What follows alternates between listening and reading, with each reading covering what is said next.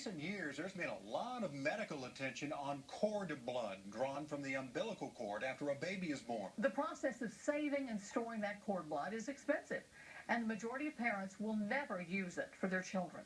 Still, some spend the money to have access to the stem cells within that blood. Well, tonight, News Channel 4's Allie Meyer has the story of an Oklahoma family who believes their daughter's life was dramatically changed because they saved her cord blood. Spring of 2008, Jeff and Amy Hendricks were anxious and excited about the birth of their baby.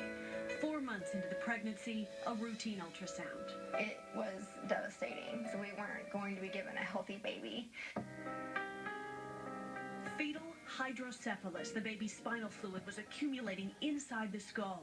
As Amy's pregnancy progressed, each day specialists saw more fluid and less brain tissue. Those are the longest months of my life. 2 months before the due date, and that fluid had accumulated so rapidly it was time.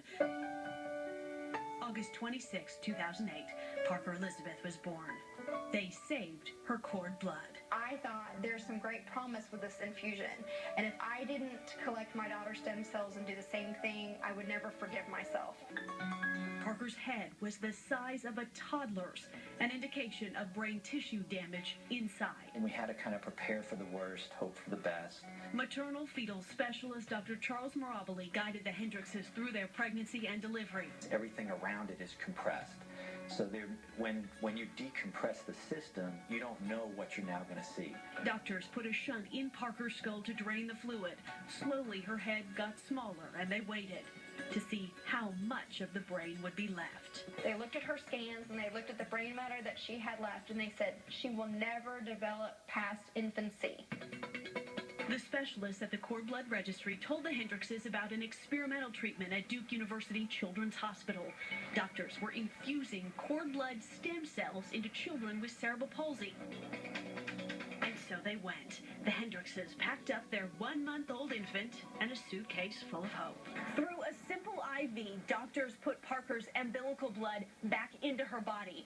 Researchers think those stem cells, essentially unmapped human cells, will travel to the area of the body where they are needed and begin fixing damage. For Parker, revamping lost passageways in her brain. Hey, can you spell your name? Parker is 3 years old now. After 2 stem cell infusions and routine developmental therapy, she has almost no cognitive delays. None. You might notice her head is an odd shape from the damage to the bones of her skull as an infant.